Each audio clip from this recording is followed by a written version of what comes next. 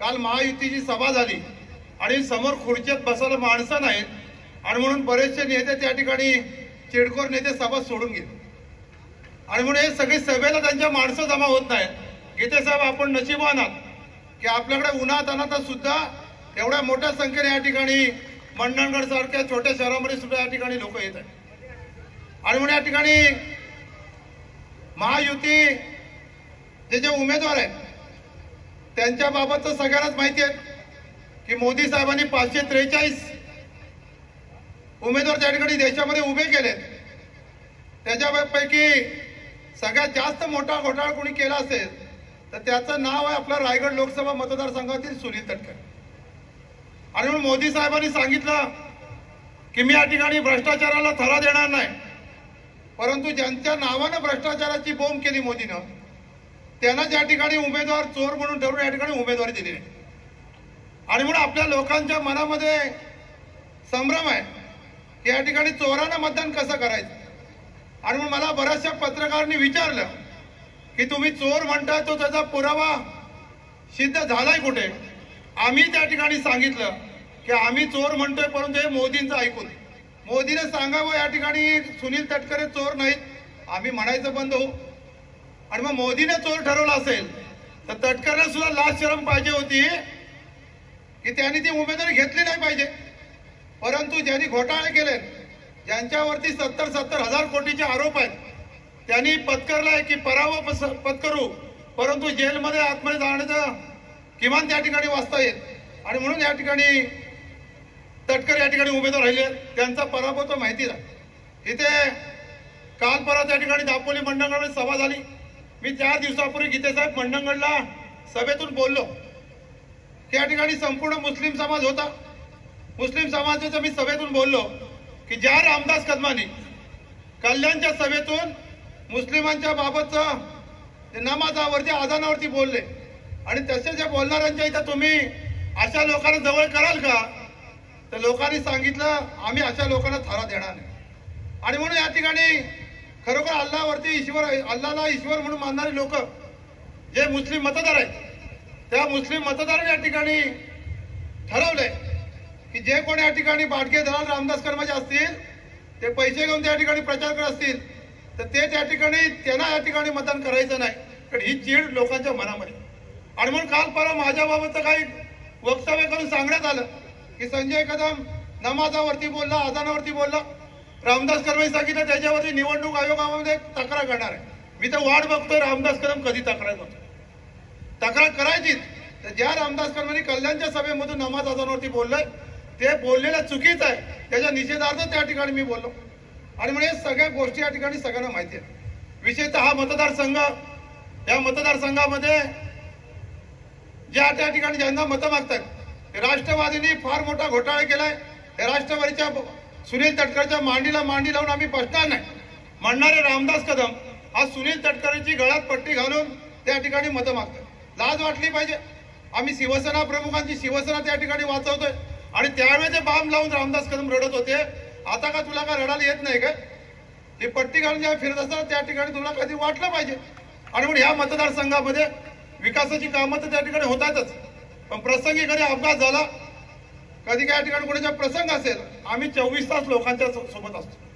आणि म्हणून लोकांनी ठरवलं साहेब की या ठिकाणी मंडणगडमध्ये जे मतदान होईल त्यातलं 70% 80% मतदान हे महाविकास आघाडीच्या गीते साहेबांना होईल। लोकांचा निर्णय झाला। मी तर या ठिकाणी रात्री 2-2:30 वाजेपर्यंत त्या ठिकाणी फिरत होतो। वाड्या ठिकाणी निर्णय त्या ठिकाणी झालाय। बौद्ध बांधवांचं मी या ठिकाणी अभिनंदन कौतुक करेन। त्यांनी सांगितलं या ठिकाणी मोदी राहिला तर संविधान या ठिकाणी संपून जाईल। आणि म्हणून ज्या बाबासाहेबांनी संविधान दिलंय, ज्या बाबासाहेबांनी ज्यांनी घटना लिहिली देशाची, त्यांचं मूळ गाव हे या ठिकाणी आंबडवेल आहे। आणि इथला सर्वसामान्य माणूस बौद्ध बांधव या ठिकाणी चिडलेला आहे। त्यांनी सांगितलं आम्हाला संविधान महत्वाचं, आणि मग ते संविधान राखायचं असेल तर अशा या ठिकाणी जे भाजपचे मंडळी ज्या ठिकाणी संविधान बुडवायला निघाले त्यांना त्या ठिकाणी दूर करायचं। हा निर्णय सगळ्या त्या ठिकाणी मतदारांचा झालेला आहे। मी मतदारसंघाच्या वतीनं त्या ठिकाणी तुम्हाला या ठिकाणी किती शब्द देतो की जे काही मतदान होईल ते बऱ्याच मोठ्या प्रमाणामध्ये होणार आहे। खेडमधलं मतदान असेल, खेडमध्ये तर आम्ही 104 मतदान केंद्र आहे 104 मध्ये जवळजवळ 85-90 मतदान केंद्रावरती हे गीतेसाहेब त्या ठिकाणी प्रचंड मतांनी आघाडीवर. दापोली विधानसभा मतदारसंघामध्ये तीच परिस्थिती आहे. आणि म्हणून संपूर्ण रायगड लोकसभा मतदारसंघामध्ये रायगड आणि रत्नागिरी म्हणून जे 6 विधानसभा मतदारसंघ आहेत त्याच्या सर्वाधिक मताधिक्य कोण देईल तर माझा दापोली मंडणगड खेड मतदारसंघ हा सर्वाधिक मताधिक्य गीतेसाहेबांना देईल. आणि म्हणून आपला साहेब विजय निश्चित आहे. 100% आपण तिथे जिंकणारच आहोत. आणि म्हणून गद्दारांची या ठिकाणी चिंता करायचं काही कारणच नाही. आणि म्हणून सातत्यानं रामदास कदमांनी कालच त्या ठिकाणी भाषण करत सांगितलंय, ए तटकरे तुझं 7 तारखेला घड्याळ बंद. 7 तारखेला नाही 6 तारखेलाच लोक मतदान बंद. बरं 7 तारखेला मतपेटी जायच्या आधी तर ठेवशील का नाही? मतदान करायच्या आधीच तिथे बॉम्बला लागलाय याचं 7 तारखेपासून घड्याळ बंद. आता एका व्यासपीठावर बसलेत परंतु तटकरेने शांतपणा घेतला. अरे माझा पक्ष आहे माझं घड्याळ बंद करतोय. परंतु या ठिकाणी सगळ्या चोरांची ही युती आहे. आणि म्हणजे त्या ठिकाणी काय जरी बोललं तरी पण या ठिकाणी सुषमाताई अंधारे आल्यात त्यांच्या या ठिकाणी आम्ही स्वागत करतो.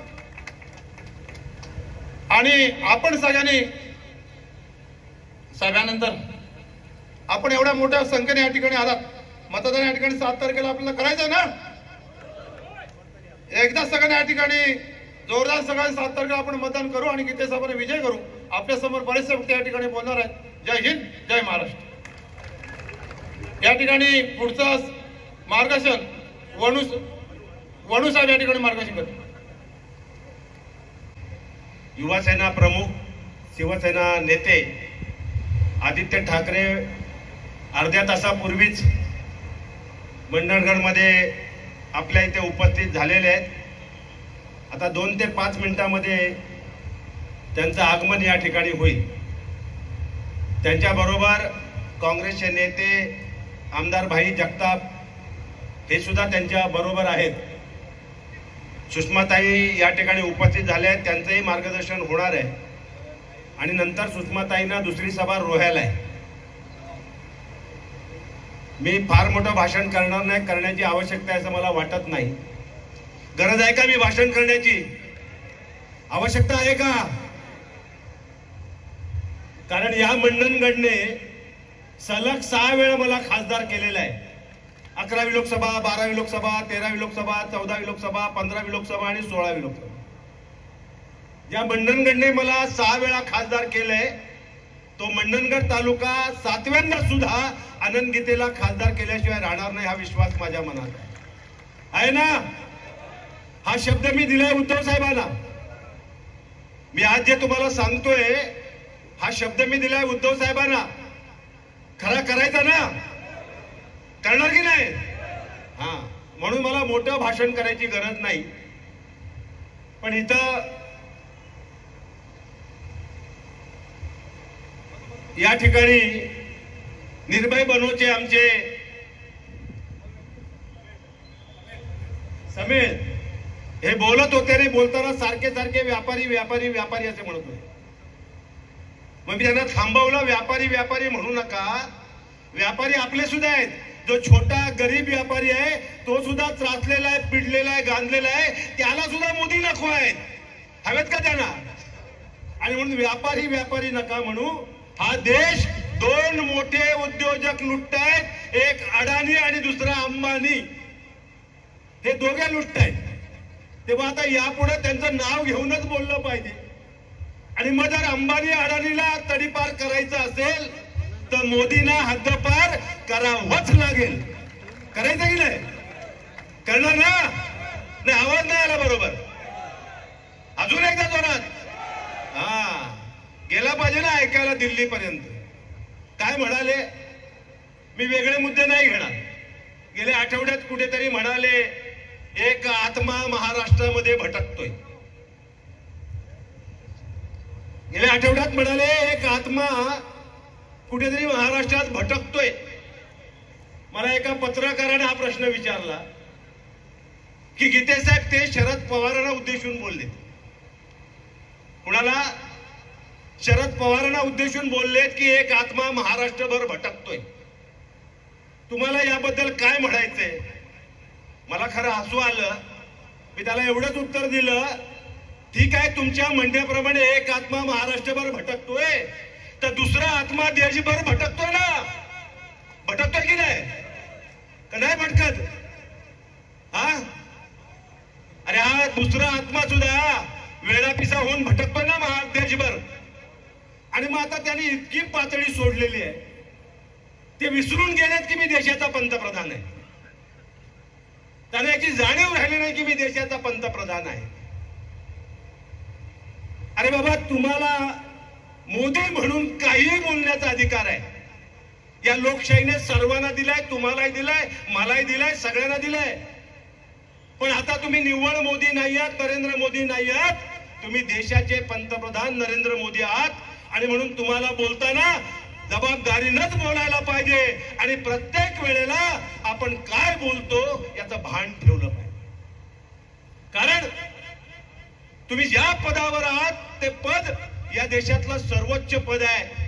आणि म्हणून या पदाचा मान राखणं, त्या पदाचा सन्मान राखणं, त्या पदाची उंची कायम राखणं त्या पदावर असलेल्या व्यक्तीची जबाबदारी आहे. आणि म्हणून मग आता त्याला जाणीव झाली की हळूहळू आपल्या हातून देश चाललेला आहे आणि 100% जाणार आहे. मला एका पत्रकाराने प्रश्न विचारला की गीते साहेब, ही सार्वत्रिक निवडणूक आहे लोकसभेची, देशभरात लोकसभेची निवडणूक आहे, या लोकसभेच्या निवडणुकीबद्दल तुमचं मत काय आहे? तुम्ही या लोकसभेच्या निवडणुकीबद्दल तुम्ही काय म्हणाल? तुम्ही कुठल्या नजरेने या निवडणुकीकडे पाहताय?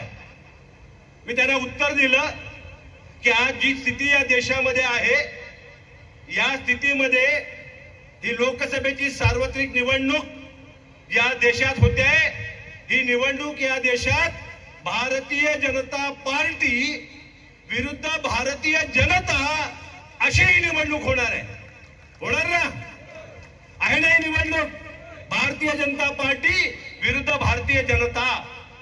आणि मग या निवडणुकीत, या लढाईत भारतीय जनता विजयी होईल हा माझा विश्वास आहे. आणि म्हणून भारतीय जनता विजयी होईल, इंडिया आघाडी विजयी होईल आणि आनंद गीते सुद्धा विजयी होतील हा विश्वास माझ्या मनात. इथे काही उदाहरणं दिली माझ्या अगोदरच्या वक्त्याने. आमच्या अविनाश लाडनं त्या सिलेंडरचं उदाहरण दिलं.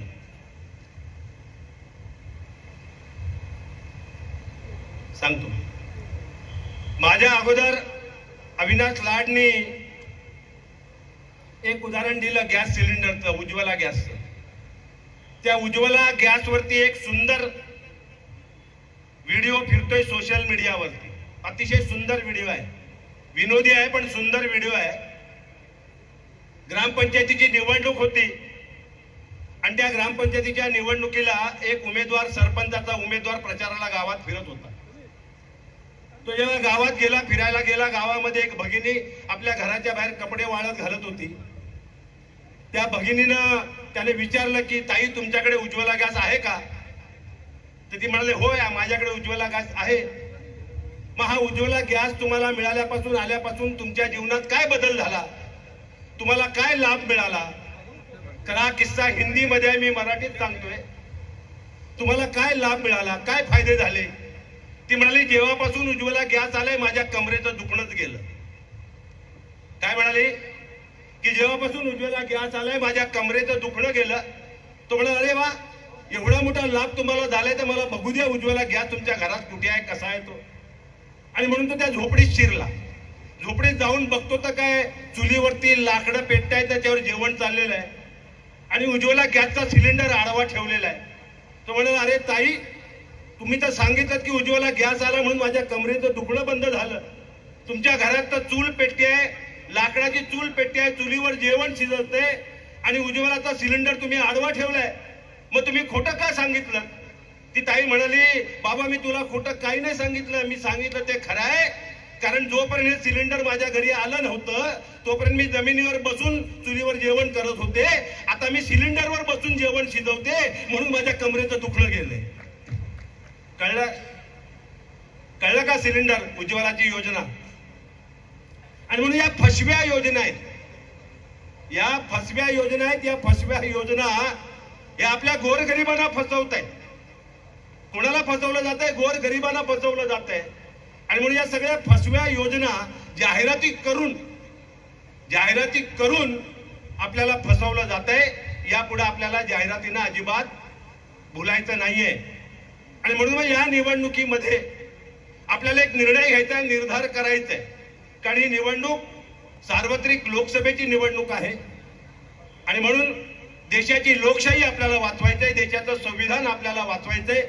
आपलं जे स्वातंत्र्य आहे, आपल्याला मिळालेलं जे व्यक्ती स्वातंत्र्य, आचार स्वातंत्र्य, विचार स्वातंत्र्य, बोलण्याचं स्वातंत्र्य, हे सगळं स्वातंत्र्य आपल्याला वाचवायचंय. आणि हे जर वाचवायचं असेल तर आपल्याला लोकशाही वाचवावी लागेल. आणि जर लोकशाही वाचवायची असेल तर आपल्याला हुकुमशाही रोखावीच लागेल. रोखायची ना. आणि म्हणून आता ही लढाई हुकुमशाहीच्या विरुद्ध लोकशाहीची आहे. ही लढाई संविधान वाचवण्याची काय. आणि म्हणून या निवडणुकीमध्ये आपल्याला इंडिया आघाडीच्या पाठीशी खंबीरपणाने उभं राहायचंय. आणि तो विश्वास आज संपूर्ण मतदारसंघामध्ये फिरताना दिसतोय, मिळतोय. आणि म्हणून मी तुम्हाला विनंती करणार आहे, कारण आता थोड्याच वेळात आदित्य साहेबांचं इथे आगमन होईल. त्यांचे विचार ऐकण्याकरता आपण आलात, त्यांचीच ही सभा आहे. आणि म्हणून अधिक वेळ घेत नाही. जे प्रेम, जो विश्वास तुम्ही माझ्यावर सातत्याने दिलेला आहे, जो व्यक्त केलाय, तेच प्रेम, तोच विश्वास कायम ठेवा. आणि या लोकसभेच्या निवडणुकीत मला पूर्ण खात्री आहे की या दापोली विधानसभा मतदार मी संजय कदमच्या मताशी पूर्ण सहमत आहे. या माझ्या रायगड लोकसभा मतदारसंघातील 6 विधानसभा मतदारसंघांमध्ये सर्वाधिक मतं मला दापोली विधानसभा मतदारसंघात मिळाल्याशिवाय राहणार नाहीत, हा विश्वास व्यक्त करतो. आणि पुन्हा एकदा इलेक्ट्रिक वोटिंग मशीनवरील पहिल्या क्रमांकाचं असलेलं बटन आनंद गीते यांच्या समोरचं मशालीचं बटन दाबा आणि विक्रमी मताने विजयी करा, असं आवाहन करून मी थांबतो. जय हिंद, जय महाराष्ट्र. न जाने कौन मेरे हक में दुआएं करता है, न जाने कौन मेरे हक में दुआएं करता है. जितनी बार डूबती हूँ कोई तिनका फिर समंदर उछाल कर बाहर लाता है. ज्या पद्धतीने सकाळचा अपघात झाला, मला म्हणजे पहिले 2 तास मी स्वतः शॉकमध्ये होते की काय झालं हे मला लवकर पोचत नव्हतं माझ्यापर्यंत, ज्या पद्धतीने ही घटना झाली. पण त्याच्या आधीचा एक घटनाक्रम सांगितला पाहिजे. तो घातपात आहे की तांत्रिक बिघाड आहे ते मी पोलिसांवर सोडून देते, त्यावर मला बोलायचं नाही. पण आधीचा घटनाक्रम सगळ्या लोकांना माहीत असला पाहिजे. रात्री महाडमध्ये सभा होती. महाडची सभा इतकी मोठी सभा झाली की आमच्या अपेक्षेच्या तिप्पट चौपट लोक तिथे होती. म्हणजे आम्ही समजा 2-2.5 हजार खुर्च्या लावल्या असतील, 7-8 हजार लोक त्या सभेला होती. त्याच्या आधी पोलादपूरला सभा होती. पोलादपूरच्या सभेला मी ज्या गाडीतनं गेले होते, पोलादपूरची सभा करून ज्या गाडीने मी पोलादपूरवरून पुन्हा महाडला आले आणि महाडची सभा संपवून मी ज्या गाडीने परत माझ्या हॉटेलवर गेले, त्याच गाडीने मला सोडून जिल्हा प्रमुख नवगणे, अनिल नवगणे हे घरी परत चाललेले होते. आणि त्यांचं भाषण माझ्या आधी अत्यंत जोरदार झालं होतं. पूर परिस्थितीनंतर महाडमध्ये काय काय झालं यावर त्यांनी विरोधकांचा खरपूस समाचार घेतला होता. 1:15च्या सुमारास अनिल नवगरे यांच्यावरती प्राणघातक हल्ला झाला रात्री. हा हल्ला इतका मोठा होता, त्यांच्या ड्रायव्हरने शिताफीने गाडी काढण्याचा प्रयत्न केला. त्यात गाडी बसवर आदळली, गाडी घासली, तरी सुद्धा त्याने गाडी थांबवली नाही. लोक मारायला 10-15 लोक त्यांच्या गाडीवर होते. ह्या सगळ्यांमध्ये त्यांच्या एका साथीदाराला गंभीर दुखापत झाली. पहाटे फार सगळ्या लोकांनी म्हणजे रात्र जागून काढल्यानंतर विकास गोगावले आणि समर्थकावर 307, 323, 324 प्रमाणे गुन्हा दाखल झाला. सकाळी आम्ही याचा विचारच करत होतो की आपल्या सिक्युरिटीचं काय, कारण रात्री एवढी मोठी घटना झाली आणि आपण इथे आहोत, खाली पोलिसांचा बंदोबस्त आहे की नाही माहित नाही आपल्याला. पण आम्ही फार विचार केला नाही. कार्यकर्ते फार थकलेले असतील असं म्हटलं आणि फक्त एक गाडी सिंगल ड्रायव्हर घेऊन मी सोबत निघाले. माझ्यासोबत फक्त माझा लहान भाऊ आणि अजून एक सहकारी आणि ड्रायव्हर, एवढे आम्ही 4च लोक होतो. मैदानावर कुणीही नव्हतं. हे आवर्जून नमूद केलं पाहिजे. हेलिपॅडचं परमिशन हे आम्ही PWD कडनं घेतलं होतं. परमिशन प्रायर नोटीस आधी दिलेली होती. परमिशन मागितल्यानंतर आणि त्यांच्याकडून परमिशन आल्यानंतर PWDने नगर प्रशासनाशी बोलणं गरजेचं होतं. आत्ता नगरपालिका, नगराध्यक्ष, नगरसेवक कार्यरत नाहीत, कारण तिथे प्रशासक नेमलेला आहे. जर प्रशासक नेमलाय तर ही सगळी जबाबदारी लोकप्रतिनिधी म्हणून आमदारांची आहे. या सगळ्यांच्या उपर तिथे आवश्यक ती काळजी घेणं गरजेचं होतं. जसं की मैदानावर पाणी मारलेलं आहे का, ॲम्ब्युलन्स उभी आहे का, मार्किंग केलेलं आहे का, यापैकी कुठलीही गोष्ट तिथे झालेली नव्हती.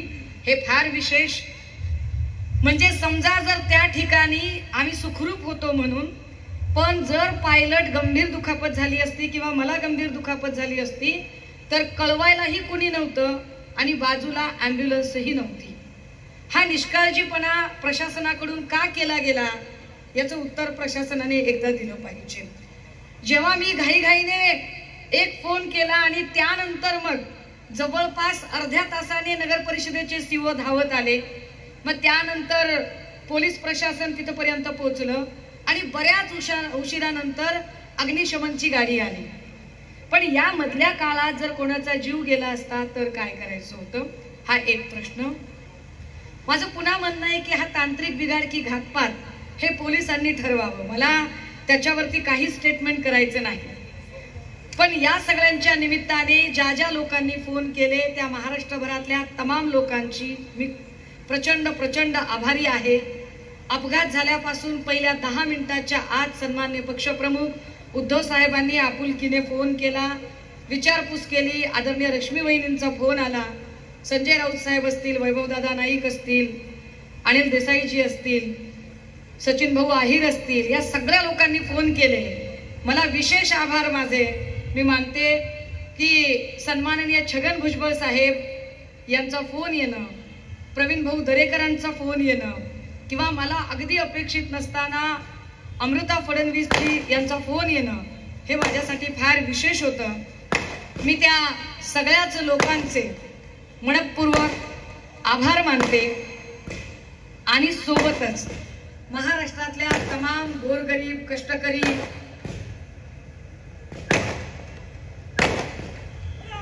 शिवसेना नेते सन्माननीय आदित्यजी ठाकरे आणि आपण भेटणारच होतो ना, फार वाईट झालं ते. हा तेच सांगत होते. काँग्रेसचे नेते भाई जगताप उपस्थित झालेले आहेत. आम्ही दोन्ही मान्यवरांचं मनपूर्वक स्वागत करते आणि दोनही नेत्यांच्या समोर हे स्पष्ट केलं पाहिजे आणि पुनश्च एकदा सांगितलं गेलं पाहिजे की हेलिपॅडचं आम्ही झालं ठेवा ते वाजवणं आता बंद केलं तर बरं होईल. म्हणजे आवाज जायला पाहिजे. वाजवणं बंद करा जरा. हेलिपॅडची रीतसर परमिशन घेतलेली असताना जर नगरपालिकेवर प्रशासक बसलेलं आहे तर तिथली सगळी जबाबदारी ही तिथल्या लोकप्रतिनिधींनी घ्यायला पाहिजे.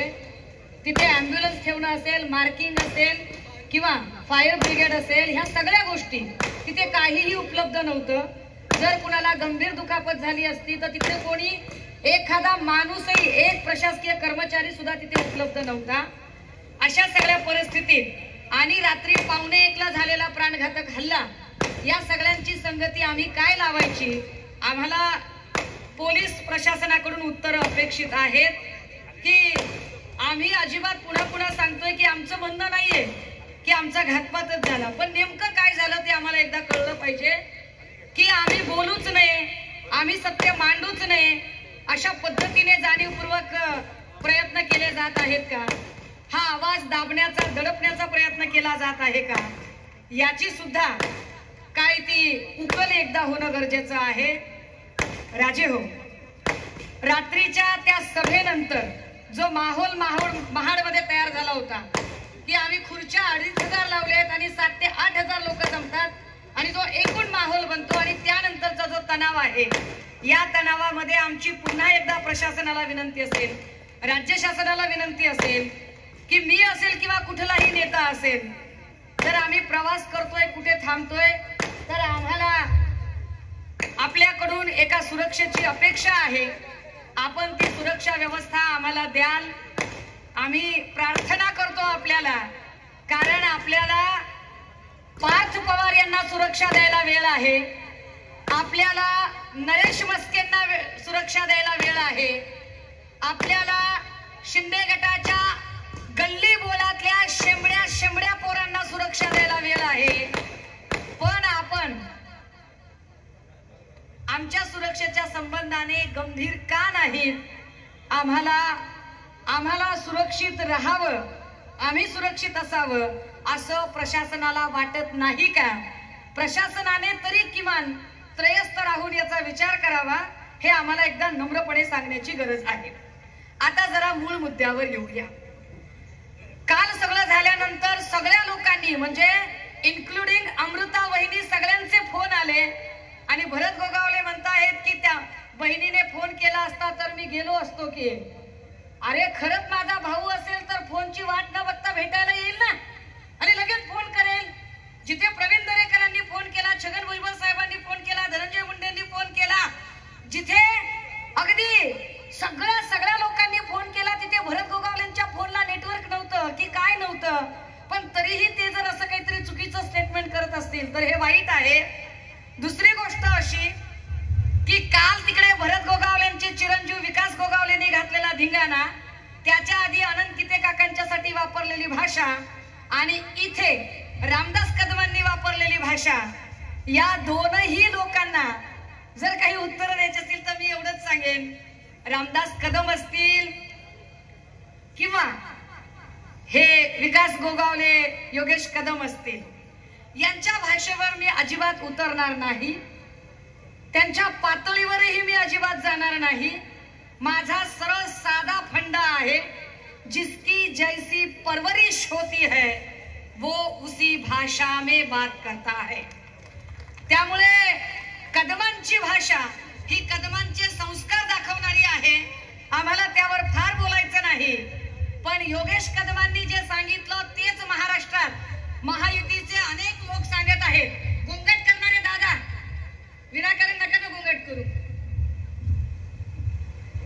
तुम्ही आहात इथे याची नोंद घेतली आम्ही सगळ्यांनी. योगेश कदम किंवा ही सगळी मंडळी प्रत्येक ठिकाणी भाषण करताना काही ठराविक मुद्दे मांडतायत दादा, आणि ते असं म्हणतात आपल्याला मोदीला पंतप्रधान करायचं आहे आणि आपल्याला मोदींना पंतप्रधान करायचं आहे, तर या वेळेला मोदींना पंतप्रधान करणं गरजेचंच आहे आणि मोदींना पंतप्रधान करणं ही महत्वाचं काम आहे. मला सतत प्रश्न पडतो की अरे कशासाठी, का करायचे, त्याचं एक कारण सांगा ना, की मोदींना तुम्हाला का पंतप्रधान करायचं आहे, काय कारण आहे नेमकं.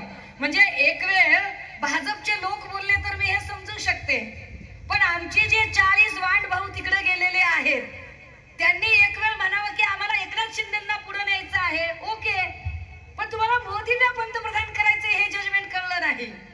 मला तर हेही जजमेंट कळलं नाही की ज्यांना 8 ते 12 जागा मिळाल्या ते 48 जागांचा प्रचार करतात, ज्यांना 4 जागा मिळाल्या ते 48 जागांचा प्रचार करतात, आमच्या जानकर दादाला 1 जागा मिळाली तेही 48 जागांचा प्रचार करतात, इंजिनवाल्या दादाला तर जागाच नाही पण तेही 48 जागांचा प्रचार करतात. आणि हे प्रत्येक जण सांगतात की आम्हाला मोदींना पंतप्रधान करायचंय. का करायचंय, कशासाठी करायचंय, तर ते म्हणतात की विकासासाठी करायचंय. अरे बाबा, जर विकासासाठी तुम्हाला पंतप्रधान करायचंय तर विकास काय झाला ते तरी तुम्ही सांगितलं पाहिजे आम्हाला विकासाची काही तुम्ही व्याख्या तरी स्पष्ट केली पाहिजे. आणि म्हणून रात्री ज्या मुद्द्यावरून माहोल तापला होता, रात्री ज्या मुद्द्यावरून विकास गोगावलेने प्राणघातक हल्ला आमच्या जिल्हा प्रमुखावर केला होता, तेच मुद्दे मला वाटतंय की मी इथे पुन्हा एकदा रिपीट केले पाहिजेत. तुम्ही म्हणताय की तुम्ही विकास केला, माईचाल विकास केलाय तुम्ही, फार मोदीजींच्या जाहिराती लागलेल्या आहेत. जाहिरातीवर मी याच्या आधी अनेक वेळा बोलून झाले की तुम्ही जेव्हा अमेझॉन आणि नेटफ्लिक्स बघता आणि त्यावरच्या जाहिराती बघता, तर अमेझॉन आणि नेटफ्लिक्सवर पुस्तकाची जाहिरात येत नाही, तुपाची, बदामाची, चांगल्या गोष्टीची जाहिरात येत नाही. जाहिरात येते जंगली रमी पे आओ ना महाराज. जाहिरात येते, बोलो जुबा केसरी, आणि जाहिरात येते, खूप जमेगा रंग जब मिल बैठेंगे 3 यार आप मैं और बैक पाइपर. जाहिरात वाईट गोष्टींची येते. मोदी प्रचंड जाहिरात करतायत कारण ते वाईट विचारांचे आहेत. त्यांचा विचार हा जात आणि धर्माचे कंपार्टमेंट करणारा आहे. त्यांचा विचार जाती जातीमध्ये आणि धर्मामध्ये विष पेरणारा विचार आहे. म्हणून त्यांना जाहिराती करून सांगावं लागतं की होय बघा बघा आमच्याकडे बघा. पण जाहिरात ज्या चमकणाऱ्या गोष्टींची होते, जे जास्त चमकतं ते सोनं नसतं, ते बेंटेक्स असतं. त्यामुळे बेंटेक्सच्या जाहिराती करण्याची जर यांना गरज वाटत असेल तर त्यांनी ती करावी. पण जर विकासावरती फार बोलत असतील, विकास विकास विकास बोलत असतील, तर मोदींचे 9 वर्षाची कारकीर्द झाली. मला 9 वर्षाच्या कारकिर्दीत मोदीजींना फक्त 9 प्रश्न विचारायचे.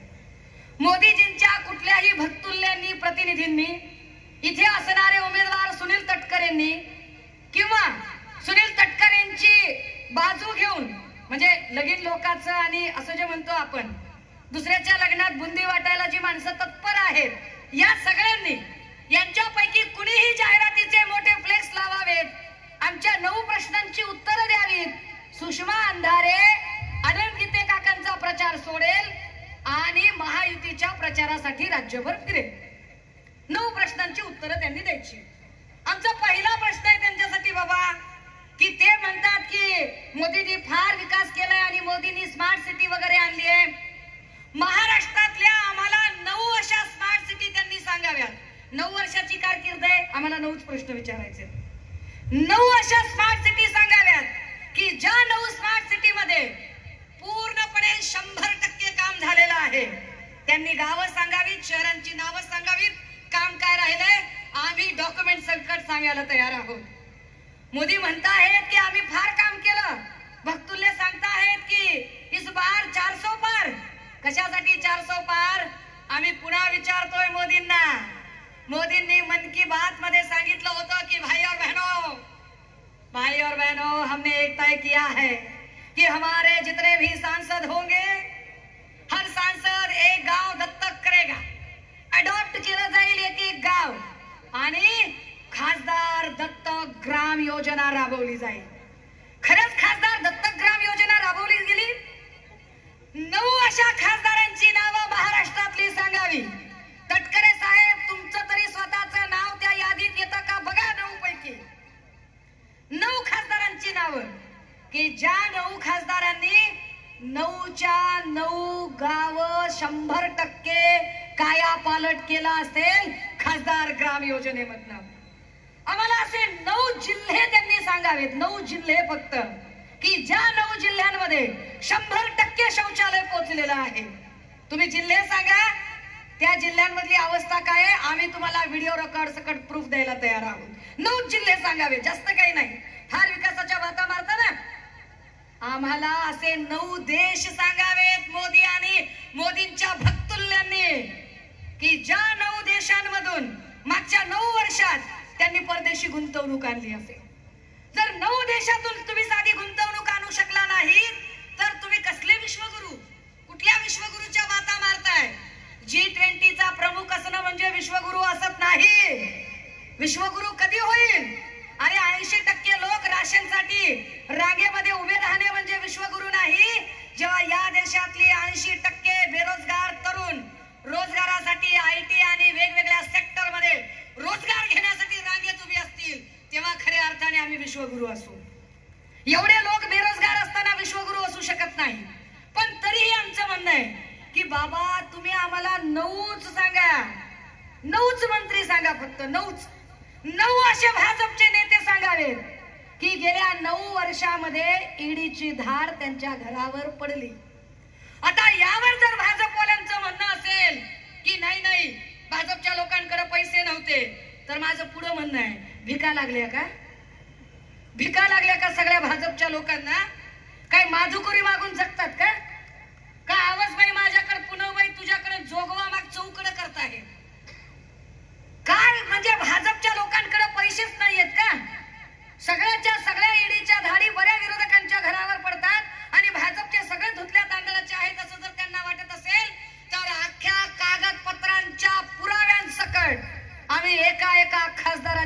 संपत्ती जाहीर करायला तयार आहोत जी ईडीच्या दायऱ्यात येते का नाही ते त्यांनी ठरवलं.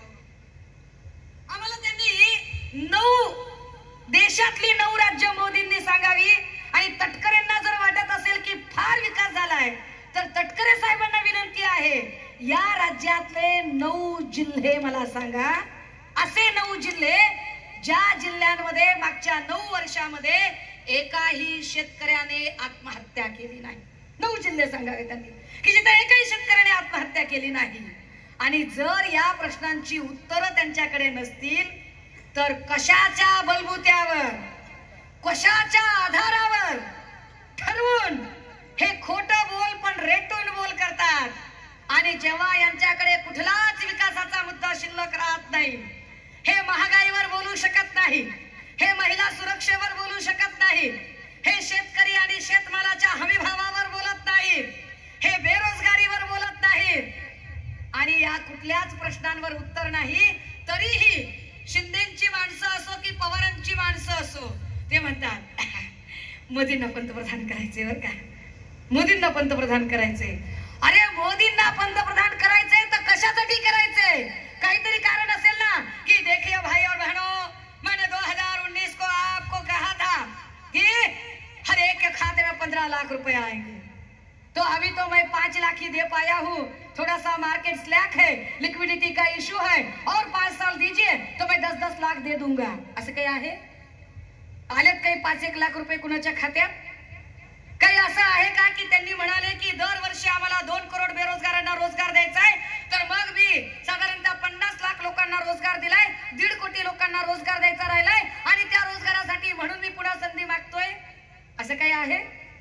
तर असंही काही नाही. मग मोदींना पंतप्रधान करायचं कशासाठी?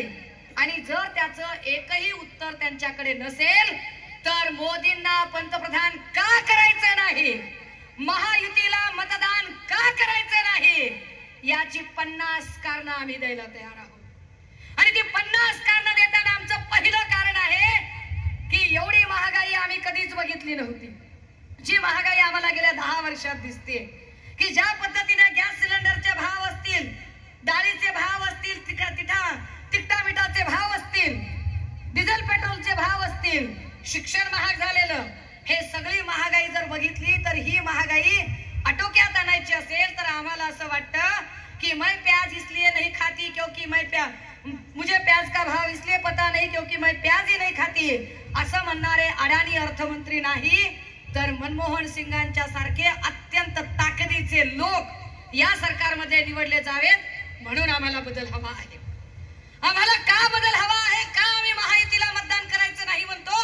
का आम्हाला वाटतं की अन्यायाविरोधातली मशाल पेटली पाहिजे? कारण आम्हाला वाटतं की मागच्या 9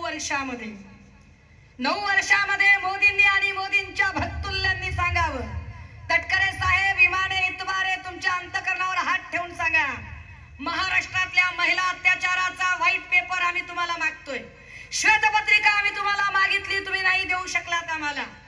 एकही महिला इथे सुरक्षित नाहीये. काल ज्या कोणी अक्रस्ताल्या बाई बोलल्या त्या बाईंना मणिपूरच्या प्रश्नावर बोलता आलं नाही. या लोकांना प्रज्वल रेवन्नाबद्दल बोलता येत नाही. 3000पेक्षा ज्याच्या जास्त सेक्स व्हिडिओ प्रकाशित झाल्या, आपल्या घरातल्या वयोवृद्ध कामवालीचं सुद्धा लैंगिक शोषण ज्या प्रज्वल रेवन्नाने केलं, त्याच प्रज्वल रेवन्नाला त्याचा प्रचार कोण करतात? तर या देशाचे पंतप्रधान करतात. ज्या पंतप्रधानांना या देशासाठी सुवर्ण पदक कमावणाऱ्या महिलांना न्याय द्यायला वेळ नाही, ज्या पंतप्रधानांना मणिपूरमध्ये ज्या आमच्या माय मावल्या नागवल्या गेल्या त्यांच्याकडे जायला वेळ नाही, ज्या पंतप्रधानांना इथल्या कित्येक माय मावल्या ज्या न्यायाच्या प्रतीक्षेत आहेत त्यांनाही न्याय द्यायला वेळ नाही, ते पंतप्रधान 3000पेक्षा जास्त सेक्शुअल एक्सप्लॉयटेशनच्या व्हिडिओ बनवणाऱ्या प्रज्वल रेवन्नाचा प्रचार करायला जातात आणि तिकडे जाऊन सांगतात की आपल्याला रेवन्नाचे हात बळकट करायचे. कशासाठी बळकट करायचे? आणि प्रकरण अंगणात यायला लागलं की त्याच रेवन्नाला तुम्ही सही सलामत जर्मनीला काढून देता. क्या ये मोदी की गॅरंटी है की ज्याच्यावर एवढा गंभीर आरोप आहे त्याला तुम्ही सहज काढून देता बाहेर, त्याच्यावर तुम्ही चकार शब्द बोलणार नाही? जो महिलांची सुरक्षा राखू शकत नाही तो हा देश चालवण्यास लायक नाही. म्हणून आम्हाला महायुती नको आहे, म्हणून आम्हाला ही मशाल पेटवायची आहे. आम्हाला ही मशाल का पेटवायची आहे? कारण गेल्या 10 वर्षामध्ये इथला बेरोजगारीचा टक्का वाढत आणि वाढतच चाललाय. राजे हो, जरा विचार करा. अरे 10 वर्षापूर्वी जो कोणी पोरगा 12वी पास व्हायचा त्याचे आई बाप लगेच टीसी आणि मार्क मेमो हातात घेऊन बीएड कॉलेज शोधत जायचे. का? कारण डीएड ला लागलेला पोरगा लगेच नोकरीला लागेल असं वाटायचं. पण मागच्या 10 वर्षामध्ये सगळे डीएड कॉलेज ओस पडलेत. कारण डीएड कॉलेजला कुठलीही आता भरती नाही. टीईटी झाली की सीईटी, सीईटी झाली की टीईटी, हे जे दुष्टचक्र चालू आहे यामध्ये आमच्या पोरांचा यजमान होत आहेत पोरं. पण पोरांना कुठलीही नोकरी नाही, पोरांना सरकारी नोकऱ्या नाही, आरोग्य सेवकची भरती नाही, अंगणवाडीची भरती नाही, आशा सेविकाची भरती नाही, तहसील मधल्या क्लिरिकलची भरती नाही, कोर्टातल्या क्लिरिकलची भरती नाही, समाज कल्याण मधली भरती नाही, मंडल मधली भरती नाही, सेतूची कुठलीही भरती नाही आणि सरकारी नोकऱ्या नाहीत. म्हणून आमची पोरं जर जायचं म्हटलं त्यांनी पुण्या मुंबई सारख्या ठिकाणी कंपन्यांमध्ये तर सगळ्याच्या सगळ्या कंपन्या अहमदाबादला. मुक्त समाजच्या मध्ये आम्हाला एक मोठा अनुभव आला. बी फार्मसीची पोरं समोर आली. बी फार्मसीची पोरं म्हणतात, ताई तुम्ही आमच्याबद्दल का बोलत नाही? म्हटलं काय झालं बाळा? तर बी फार्मसीची पोरं सांगतात, ताई एका कॉलेजमधनं एका वर्षाला 200 पोरं बाहेर पडतात. एका जिल्ह्यात कमीत कमी 15 कॉलेज म्हणजे एका जिल्ह्यात किमान 3000 पोरं बाहेर पडतात. म्हणजेच वर्षाला राज्यातनं 1 ते 1.25 लाख पोरं बाहेर पडतात. बी फार्मसीचा पोरगा बाहेर पडल्यावर मेडिकलचं दुकान टाकू शकतो. पण सगळ्याकडे पैसे आहेत का? 1.25 लाख पोरांमधली फार फार तर 30 ते 40 हजार पोरं मेडिकलचं दुकान टाकू शकतात. बाकी पोरांनी काय करायचं? तर बाकी पोरं गोळ्या औषधं बनवणाऱ्या कंपन्यांमध्ये काम शोधतात. पण महाराष्ट्रात गोळ्या औषधं बनवणाऱ्या कंपन्याच नाहीये. आमचे नेते सन्मान्य आदित्यजी यांनी सत्तेत असताना इथे मल्टी ड्रग्ज प्रोजेक्टचा एमओयू केला आणि मल्टी ड्रग्ज प्रोजेक्टचा एमओयू करून ठरवलं की इथे मल्टी ड्रग्जचा प्रोजेक्ट उभा राहिला पाहिजे, औषध गोळ्या बनवणाऱ्या कंपन्या आल्या पाहिजे. पण काय झालं त्या एमओयूचं?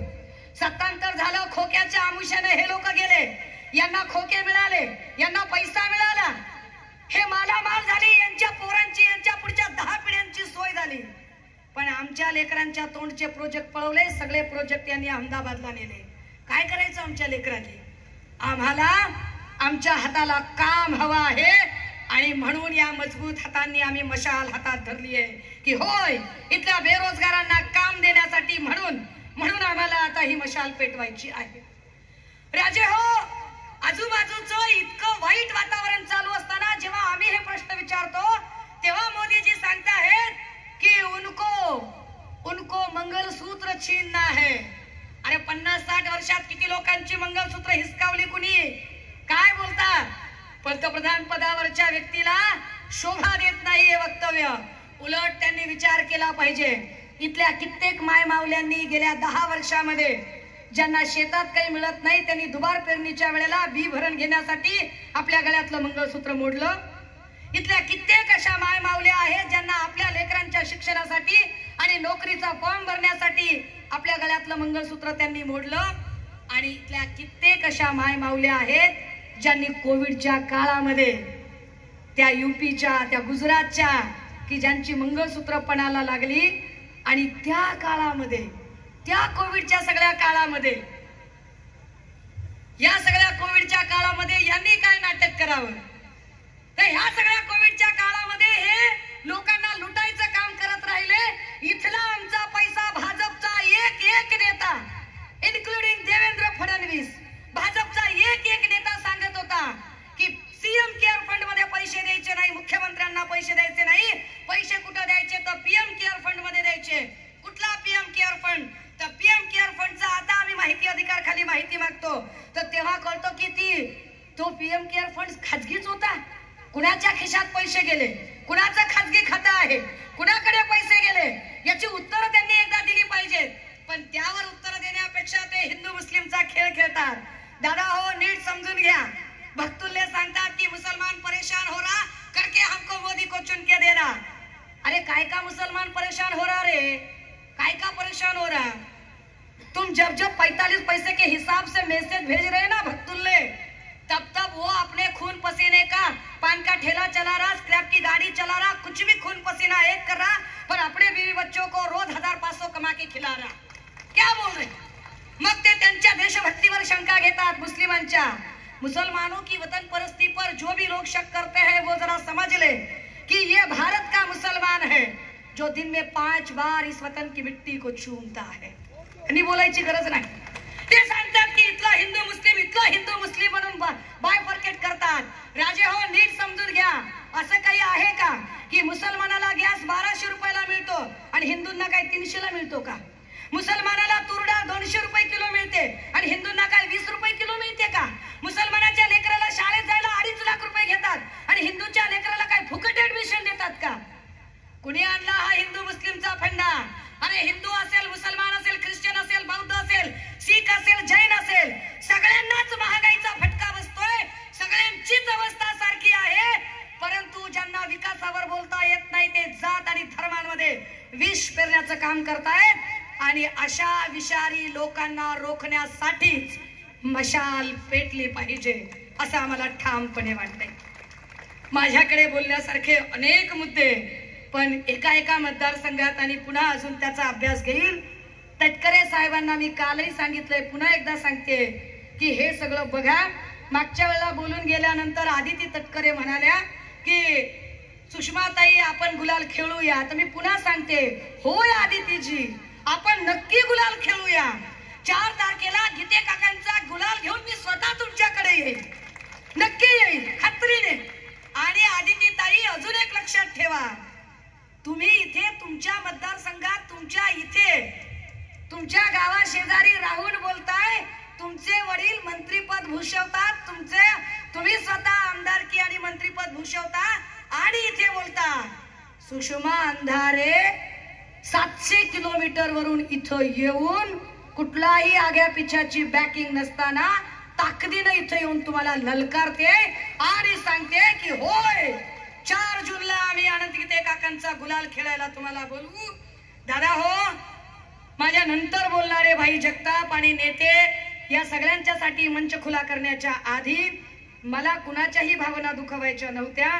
पण तरीही माझ्या बोलण्यामुळे कुणालाही वाईट वाटलं असेल, राग आला असेल, उपमर्द झाला असेल. स्वाभाविक आहे, तुम्ही सगळेजण माझ्या मताशी सहमत असाल. पण एखाद दुसरा खबऱ्या असतो जो मोबाईल चालू ठेवतो. खबऱ्यांचा काही फार मोठा लाभांश नसतो. खबरे फार तर 30, 60, 90 चपटी, हात बिर्याणी एवढ्या पुरतेच सीमित असतात. पण तरी त्यांच्या भावना दुखावल्या गेल्या तर अशा सगळ्या खबऱ्यांची, त्यांच्या कार्यकर्त्यांची आणि नेत्यांची मी अजिबात माफी मागणार नाही. माझ्या म्हणण्यावर ठाम आहे. मला असंच बोलायचं होतं आणि हेच सांगायचं होतं. बोलून शब्द बदलायला मी काय एकनाथ शिंदे किंवा अजित पवार नाही. मी सुषमा अंधारे आहे. माझ्या प्रत्येक शब्दावर ठाम राहते, थांबते, रजा घेते. जय हिंद, जय महाराष्ट्र. जरा बेस वाढवा. हा, ओढा काय काळजी करू नका. आजच्या या आदरणीय अनंतराव गीते ज्यांनी 6 वेळा ह्या भागाचं प्रतिनिधित्व केलं आणि आज तुम्हा आमच्या सगळ्यांचं आधारस्थान, आशास्थान, त्यांच्या या प्रचार सभेला आम्हाला उपस्थित राहण्याची संधी मिळाली. सकाळपासून आम्ही एकत्र फिरतोय. आदरणीय अनंतरावजी गीते हे आजच सांगतो, भवितव्य 4 तारखेचं असतं. त्या सुषमाताई बोलल्या त्या गुलाल तर उधळूच 7व्या वेळेला सप्तपदी तुमच्याच नावाची होणार आहे याची खात्री बाळगा. तुम्हा आम्हा सगळ्यांना मार्गदर्शन करण्यासाठी महाराष्ट्रातलं एक तरुण नेतृत्व, ज्यांच्याकडे आज महाराष्ट्रातला तरुण, देशातला तरुण आशेने पाहतोय आणि ज्यांनी आपलं नेतृत्व युवा सेनेचे प्रमुख असताना सुद्धा सिद्ध केले आणि महाराष्ट्राच्या विधिमंडळामध्ये मंत्री असताना सुद्धा सिद्ध केलंय. सन्माननीय आदित्यजी ठाकरे, ज्यांचं दणदणीत भाषण, एक रणरागिणी, सध्या जोरदार, सगळीकडे जोरदार चालू आहे त्यांचं.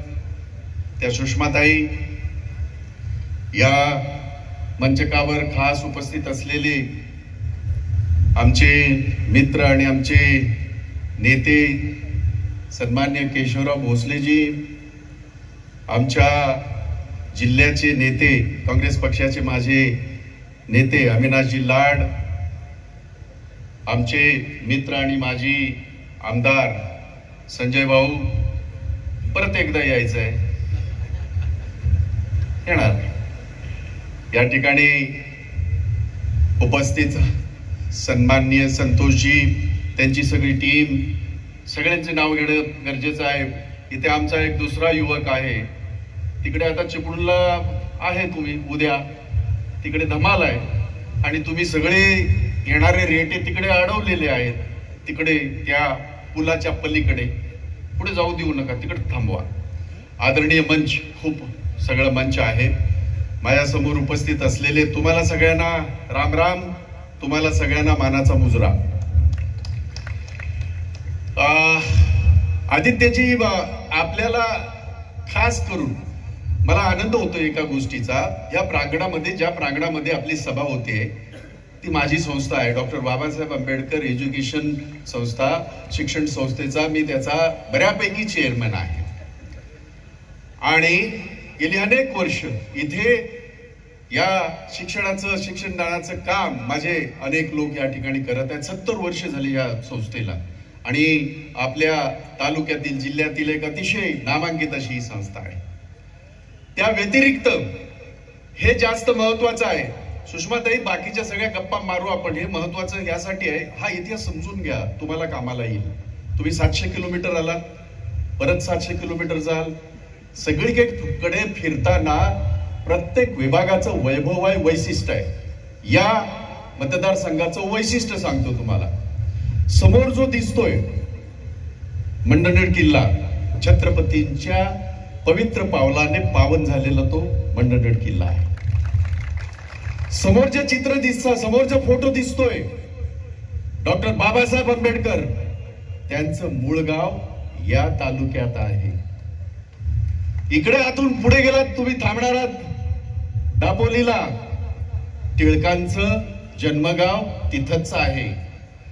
त्याच्या अगोदर तुम्ही जाण्यापूर्वी दापोलीला तुम्ही पालघर असेल, साने गुरुजींचं गाव तिथंच आहे. दापोलीत गेल्यानंतर रमाईचं गाव तिथंच आहे. इतकं वैविध्यपूर्ण असलेला हा विभाग, या विभागामध्ये आज आपण इथे आलेले आहात. तुमचं स्वागत करतो आमच्या ह्या मंडणगड दापोलीच्या सगळ्या माझ्या बहादरांच्या वतीने, आणखीन सगळ्या कार्यकर्त्यांच्या वतीने. आणि आपल्याला काही 2-3 गोष्टी ज्या आहेत त्या मला सांगायच्या आहेत. आणि त्या अशा आहेत की सगळ्या देशभर, इकडे कसं काय नाही, मी आता सकाळपासून मी बघतोय ते, मला ते होर्डिंग दिसलं नाही, पण मी मुंबईभर फिरतोय. पश्चिम महाराष्ट्र मी केला, उत्तर महाराष्ट्र केला, मी सभा झाल्या, तिकडे तिकडे एक होर्डिंग. काय आहे ते होर्डिंग? ते होर्डिंग असं आहे, विरासत के साथ विकास. बघितले तुम्ही? आहे ना, सगळीकडेच आहे, विरासत के साथ विकास. आता त्या ताईने खूप पाडा गिंडवला, मी त्याच्यावर जात नाही, रिपीट करणार नाही. आता विरासत, किस बात की विरासत? कसली विरासत? आणि एक फोटो, एकच, मोदी. मित्रो, विसरले मित्रो, कारण मित्रो संपला. एकदा 14ला फसवून झालं मित्रो, 19ला बाह्यतता बहिनो, तेही फसवून झालं. मग आता गॅरंटी आली, त्याच्यावर येईनच मी, पण त्याच्या पूर्वी विरासत के साथ विकास. किस बात की विरासत? काय यांची विरासत?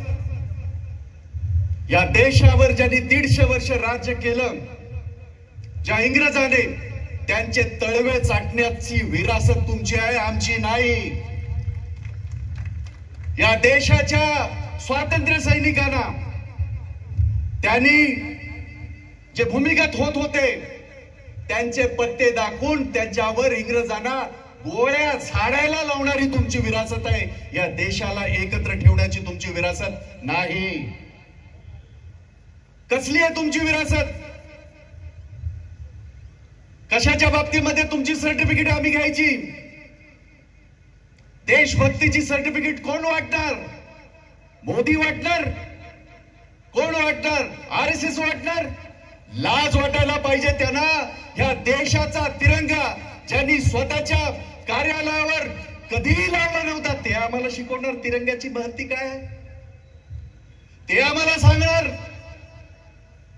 ते आम्हाला शिकवणार आणि तेच सर्टिफिकेट देणार देशभक्तीची? नाही चालणार. ये विरासत है तुम्हारी. ज्या तिरंग्याचा अपमान सातत्याने करत आला आणि आदित्यजी एक आनंद वाटतो आणि अभिमान वाटतो या गोष्टीचा. RSSचं मुख्यालय नागपूर हे कधीच तिरंगाला फडकवत नव्हते. युवक काँग्रेसच्या आमच्या सगळ्या कार्यकर्त्यांनी एक दिवस घुसून तिकडे तिरंगा फडकवला. याचा अभिमान आम्हाला आहे. ये विरासत की बात करते हैं. विरासत यहां देखिए, इथे विरासत बघा.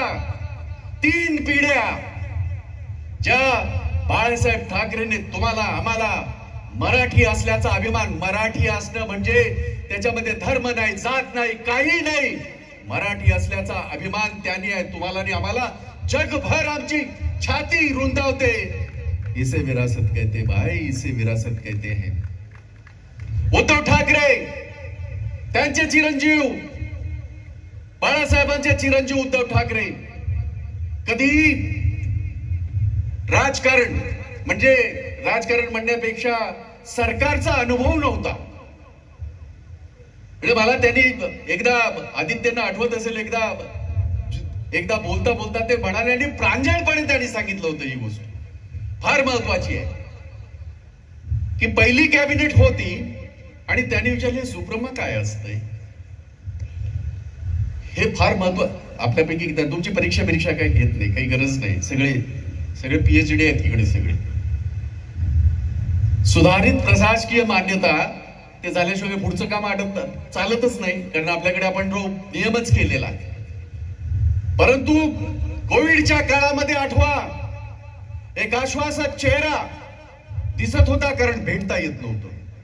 लाखो लोक मेले ह्याच्यामध्ये, या राज्यामध्ये, ह्या देशामध्ये. माझ्या राज्यामध्ये गंगेमध्ये प्रेत वाहावी लागली नाही. ये विरासत तुम्हारी है, हमारी नहीं है.